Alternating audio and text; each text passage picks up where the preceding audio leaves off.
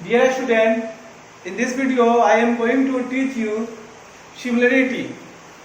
What is similarity? Where we compare any two figures and shape of two figures are equal, then we can say that two figures are similar.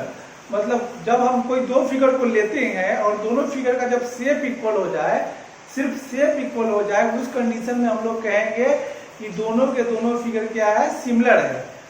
और अब हम लोग compare करते हैं similarity को congruency से, similarity and congruency को compare करते हैं। तो पिछले क्लास 9 में जो हम लोग पढ़े थे कॉन्ग्रुएंसी, कॉन्ग्रुएंसी में क्या होता है, two figures with shape and size are equal. जब दो फिगर को कंपेयर करते हैं, दोनों का शेप और साइज इक्वल हो जाता है, तो in this condition we can say that two figures are congruents. मतलब जब हम एक फिगर को दूसरे फिगर पर रखें और दोनों फिगर एक दूसरे को एग्जैक्ट कवर कर ले, तो वो होता है कॉन्ग्रुएंसी। समझ में आ गया? तो कॉन्ग्रुएंसी में शेप और साइज इक्वल होता है और सिमिलरिटी में सिर्फ शेप इक्वल होता है। जब कॉन्ग्रुएंसी में शेप और साइज दोनों इक्वल होता है तो और सिमिलरिटी में सिर्फ शेप इक्वल आता है, तो कॉन्ग्रुएंट जितना भी फिगर कॉन्ग्रुएंट होगा वो सिमिलर होगा। और जैसे कॉन्ग्रुएंट जो होगा, दो फिगर अगर कॉन्ग्रुएंट हो जाता है तो ये जरूरी है कि ये दोनों सिमिलर होगा ही होगा, लेकिन ये जरूरी नहीं है कि दो फिगर जब सिमिलर हो तो वो कॉन्ग्रुएंट हो, क्योंकि कॉन्ग्रुएंस में शेप और साइज इक्वल होता है और सिमिलरिटी में शेप इक्वल होता है। तो शेप तो वहां इक्वल हो ही गया कॉन्ग्रुएंसी में, शेप और साइज। तो ये हुआ differences between congruency and similarity. तो सिमिलरिटी में और क्या होना चाहिए कि जैसे हम पॉलीगन्स को, अगर हम लोग कोई पॉलीगन्स को सिमिलर करने चले तो उस कंडीशन में हम लोग को क्या देखना चाहिए, whether the ratio of corresponding sides are equal or not. If the ratio of corresponding sides are equal, then we have to see whether their corresponding angles are equal or not. If their corresponding angles are equal, their corresponding angles are equal, then we can say that two polygons are similar. मतलब similar कब होगा, जब corresponding side का ratio equal हो जाए और corresponding angle equal होता है। अगर ये दोनों कंडीशन फुलफिल हो जाता है तो हम लोग बोलेंगे कि ये क्या है, दो फिगर जो है ये सिमिलर है। अगर अब दूसरा अलग अलग शेप को अब हम लोग कंपेयर करते हैं कि सिमिलर हुआ कि नहीं, तो जितना भी लाइन सेगमेंट होता है, all line segment are similar but not congruent. अगर इक्वल लाइन सेगमेंट होगा तो कॉन्ग्रुएंट होगा, लेकिन जितना भी लाइन सेगमेंट लेते हैं, देखिए लाइन सेगमेंट ले लिए, ये AB हो गया, ये PQ हो गया, तो दोनों का शेप सेम ही है, तो दोनों सिमिलर हो गया, AB सिमिलर टू PQ। अब सर्कल का कंडीशन लेते हैं, all circles are similar, all circles are similar, क्योंकि दोनों का शेप इक्वल होता है। ये सर्किल्स ये ले लीजिए, ये लीजिए, ये ले लीजिए, जितना भी सर्किल होगा सारा का सारा सर्किल क्या होगा, सिमिलर होगा। लेकिन कॉन्ग्रुएंसी के लिए क्या पढ़े थे हम लोग, two circles are congruent only if their radius are equal. If their radii are equal, then we can say that two circles are congruent. In case of a square, all squares are similar, जितना भी square है वो similar है, लेकिन ये जरूरी नहीं है कि स्क्वायर कॉन्ग्रुएंट हो। तो कॉन्ग्रुएंट का कंडीशन हम लोग पढ़े थे पिछले क्लास में, two squares are congruent when its sides are equal. जब इसका साइड्स इक्वल हो जाएगा तब हम लोग कह सकते हैं कि दो जो स्क्वायर है दोनों का दोनों कॉन्ग्रुएंट है। अगर पहले ही हम बता चुके हैं कि जितना भी कॉन्ग्रुएंट फिगर होगा सारा सिमिलर होगा, लेकिन जितना सिमिलर होगा वो कॉन्ग्रुएंट नहीं होगा। ये समझ में आ गया? तो यहां से हम लोग क्या देखें, all line segments are similar, all circles are similar, all equilateral triangles are also similar because in equilateral triangle all sides are equals and each angle equal to 90 degree. तो अगर दो अलग अलग इक्विलेटरल ट्रायंगल लेंगे तो एक equilateral का जैसे फिगर बना के देखते हैं हम लोग, यहाँ से कंपेयर करते हैं कि जैसे इक्विलेटरल ट्रायंगल ये ले लीजिए ABC और ये ले लीजिए PQR। तो इसका साइड अगर 2 लेते हैं, 2 तो 2 होगा, इसका अगर 5 लिए तो सब 5 होगा, और हर एक एंगल कितना है, 60 डिग्री होगा, 60 डिग्री, ये भी 60 डिग्री, ये भी 60 डिग्री और ये भी 60 डिग्री, ये होगा। अब कॉरस्पॉन्डिंग साइड का रेशियो निकालेंगे तो 2/5, 2/5, 2/5 and each corresponding angles are equal. तो all equilateral triangles are similar. All equilateral triangles are similar. तो देखिए कुछ ऐसा फिगर है जो अगर दे दिया तो बिना समझे हम लिख सकते हैं कि सिमिलर है. All line segments are similar. All circles are similar. All squares are similar. All equilateral triangles are similar. समझ में आ गया? अगर ये सब फिगर रहे तो ये सिमिलर होगा ही होगा. अगर इसके अलावा कुछ दिया हो या ऑल रेगुलर पॉलीगन भी इक्वल हो, ये सिमिलर होता है. रेगुलर पॉलीगन होता क्या है बताते हैं. ऑल रेगुलर पॉलीगन सिमिलर होगा या नहीं होगा? हाँ होगा. ऑल रेगुलर पॉलीगन्स क्या होगा? सिमिलर होगा. कैसे होगा वो देखिए. रेगुलर पॉलीगन क्या होता है? All sides are equal and all angles are also equal. Regular polygon जो होता है कि ऑल साइड्स इक्वल और ऑल एंगल्स इक्वल.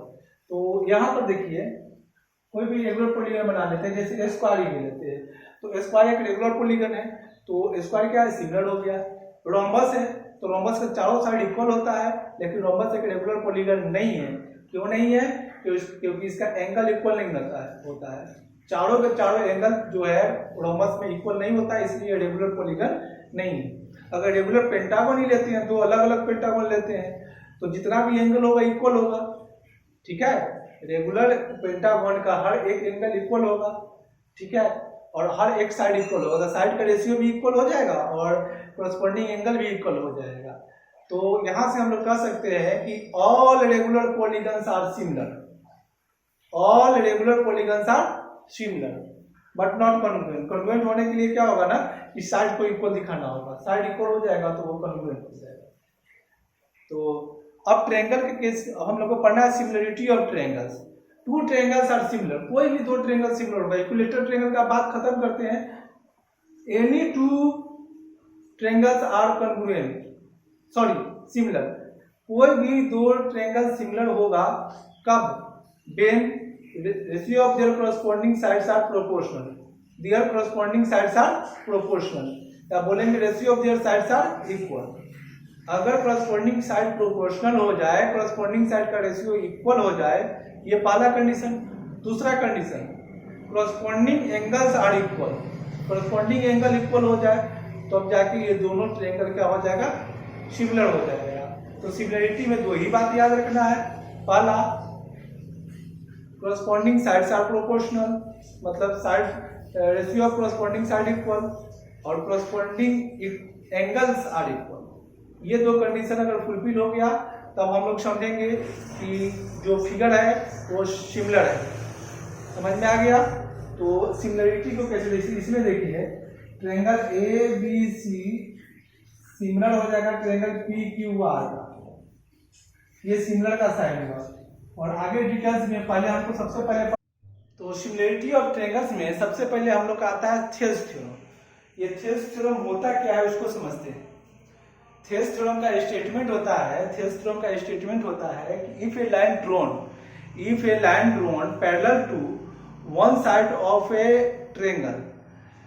जब एक लाइन के पैरेलल लाइन ड्रॉ किया जाता है, when we draw a line parallel to one side of a triangle, ये PQ जो है BC के पैरेलल थे, intersecting other two sides at two distinct point. अदर दो साइड AB और BC को दो डिस्टिंक्ट पॉइंट, मतलब एक को P पे काटा, एक को Q पे काटा. Then this side divided into same ratio. ये दोनों this sides are divided into two same ratio. यहाँ then the other two sides are divided in same ratio. Other दो साइड जो है सेम रेशियो में डिवाइड होगा. ये हमको दिखाना है. तो गिवन में हो गया इन ट्रायंगल ABC. किसी भी थ्योरम में सबसे पहले स्टेटमेंट होता है. स्टेटमेंट के बाद हम लोग लिखते हैं गिवन. तो यहाँ पर गिवन में क्या हो गया, in triangle ABC PQ parallel to BC, ये गिवन है. और PQ जो है AB को P पे और AC को Q पे इंटरसेक्ट कर रहा है.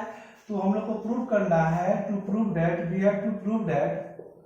इसमें हम लोग को क्या प्रूव करना है कि ये जो है सेम रेशियो में डिवाइड होगा. मतलब AB by BP is equal to AQ by CQ. Same ratio में डिवाइड होगा. AP बाई BP और A Q by C Q, ये हमको प्रूफ करना है। तो इसके लिए हमको कंस्ट्रक्शन करना होगा। कंस्ट्रक्शन में क्या करना होगा कि यहां से जो है एक परपेंडिकुलर डालेंगे और यहां से एक परपेंडिकुलर डालेंगे। तो यहां पर क्या डालेंगे, draw PM perpendicular to, PM जो है एसी पर परपेंडिकुलर डाल दिए, और क्यूएन जो है QN perpendicular to AB, QN जो है एबी पर परपेंडिकुलर हो गया। उसके बाद ज्वाइन बीक्यू, बीक्यू को ज्वाइन कर देंगे और पीसी को ज्वाइन कर देंगे।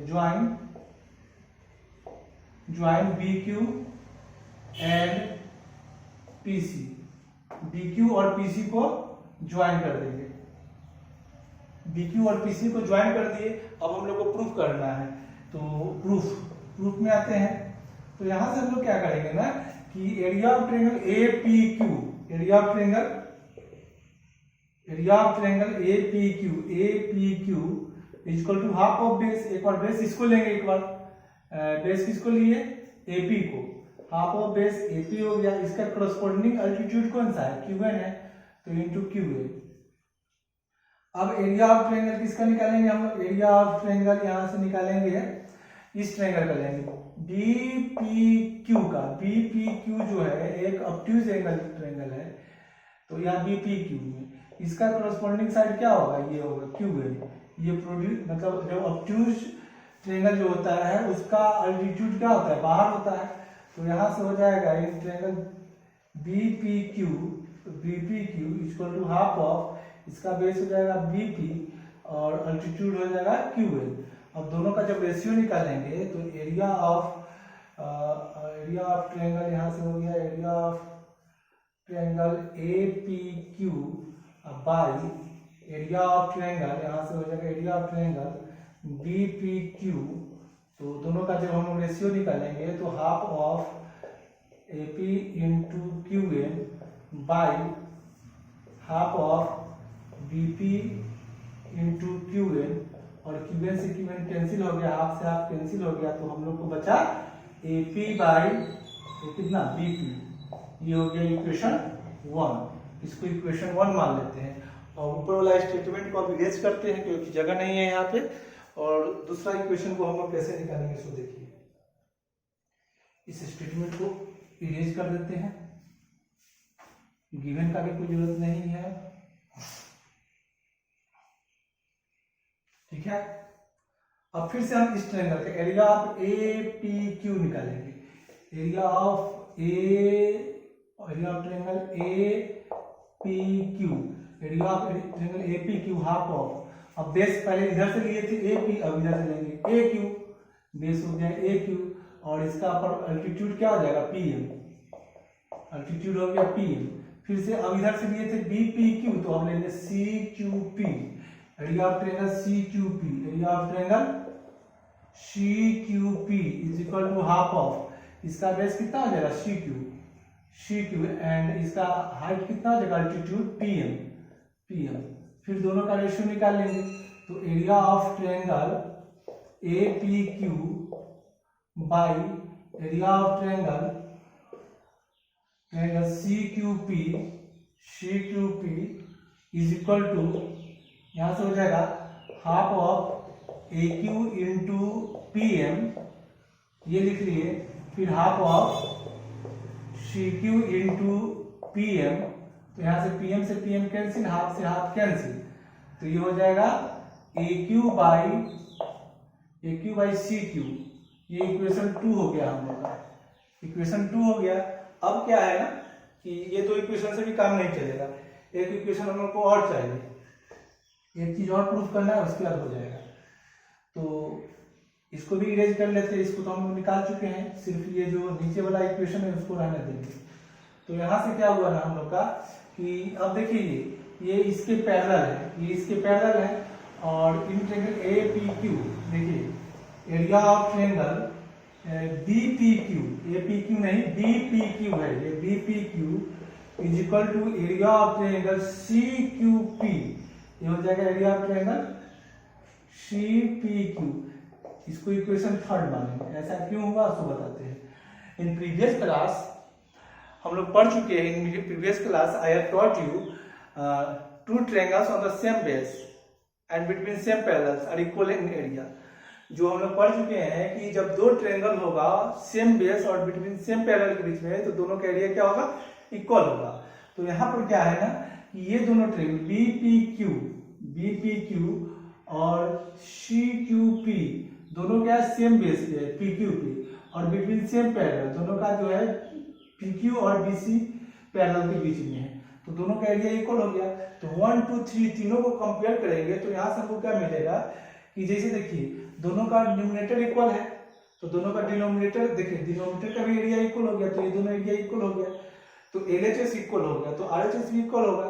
तो इसलिए हम लिख सकते हैं बाय कंपेयरिंग या from equation 1 and 2, from equation 1 2 and 3 area of numerator तो दोनों इक्वेशन का पहले से इक्वल है, और इक्वेशन 3 में हम लोग दिखा दिए कि दोनों के डिनोमिनेटर का एरिया इक्वल कर दिए, तो न्यूमरेटर का एरिया इक्वल, डिनोमिनेटर ये और ये एरिया इक्वल है, इसका डिनोमिनेटर का भी एरिया इक्वल, मतलब दोनों का LHS इक्वल हो गया, तो दोनों का LHS इक्वल हो गया तो दोनों का RHS भी इक्वल होगा। तो फ्रॉम इक्वेशन 1 2 and 3 यहाँ से क्या हो गया कि AP by BP is equal to हो जाएगा AQ by CQ, ये प्रूव हो गया, ये थेल्स थ्योरम प्रूव हो गया। तो थेल्स थ्योरम का स्टेटमेंट क्या है, if a line is draw parallel to one side of a triangles then this line intersect other two side in same ratio, and other two side को किस मतलब same ratio में intersect करेगा। AP by BP equal to AQ by CQ, ये होगा हम लोग का ये Thales theorem. Now converse of Thales theorem को समझते हैं। कन्वर्स ऑफ थेल्स थ्योरम क्या होता है, थेल्स थ्योरम के जस्ट अपोजिट, मतलब उसमें था line drawn parallel to one side, तो अब ये जो लाइन होगा, a line intersect two side in same ratio.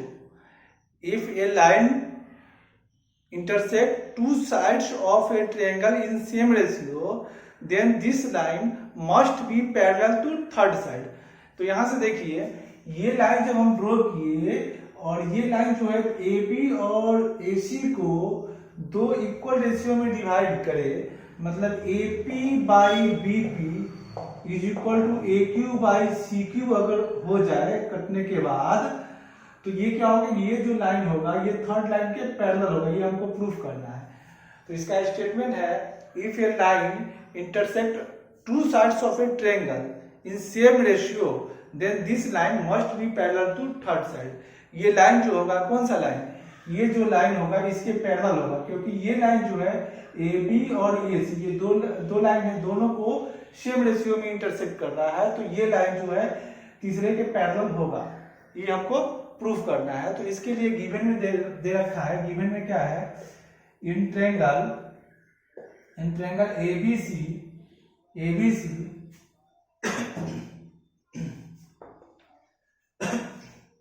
in triangle ABC PQ intersect AB and AC at P and Q respectively such that AP by BP is equal to AQ by CQ। ठीक है, इसको अब हमको to prove करना है, to prove that we have to prove that PQ parallel to BC, PQ parallel to BC prove करना है। तो कंस्ट्रक्शन क्या करेंगे, कंस्ट्रक्शन में फिर यहाँ से परपेंडिकुलर डालेंगे, जिस तरह से थेल्स थ्योरम में कंस्ट्रक्शन किए थे, कन्वर्स में भी वही कंस्ट्रक्शन होगा। PM perpendicular to AC and QN perpendicular to AB and join BQ and PC। तो यहां से कंस्ट्रक्शन हुआ PM perpendicular to AC and QN perpendicular to AB join PC and BQ को ज्वाइन करेंगे।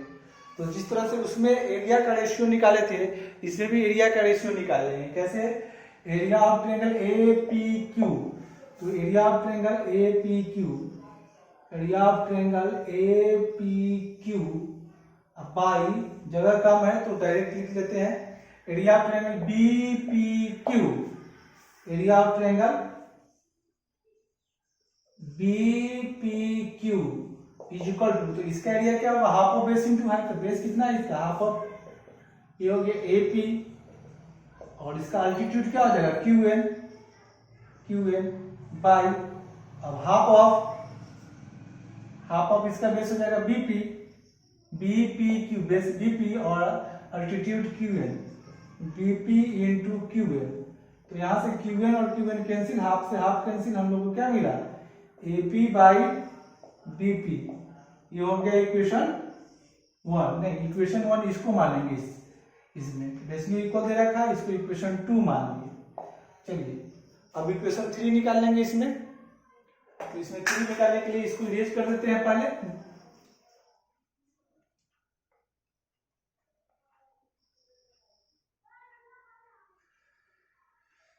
तो यहां से क्या हुआ कि फिर से अब इधर से लेंगे area of triangle A P Q by area of triangle C Q P, तो यहां से क्या हो जाएगा, जिस तरह से इसका एरिया निकाला था तो A P by B P आया था, सिमिलरली यहां से आ जाएगा A Q by C Q, ये इक्वेशन 3 हो गया। तो अब क्या है ना कि इक्वेशन 1 2 3 से क्या देख रहे हैं, इक्वेशन 1 में क्या है कि A P by B P is equal to A Q by C Q, तो A P by B P is equal to A Q by C Q है, तो इसका मतलब कि ये इसके इक्वल है, तो दोनों का आरएचएस भी इक्वल होगा, तो from equation 1 2 and 3, equation 1 2 and 3 हम लोग क्या कहेंगे कि area of triangle A P Q by area of triangle C Q P is equal to, दोनों का आरएचएस देखिए A P by B P is equal to A Q by C Q, दोनों का आरएचएस इक्वल, दोनों का LHS equal, तो ये हो जाएगा area of triangle A P Q by area of triangle क्या हो जाएगा, एरिया ऑफ ट्रायंगल हो गया बी पी क्यू, अब दोनों जब इक्वल है तो दोनों का न्यूमरेटर इक्वल है, तो दोनों का इसलिए क्या हो जाएगा, दोनों का डिनोमिनेटर भी इक्वल हो जाएगा, तो so that area of triangle C Q P is equal to area of triangle B P Q, दोनों का एरिया इक्वल हो गया।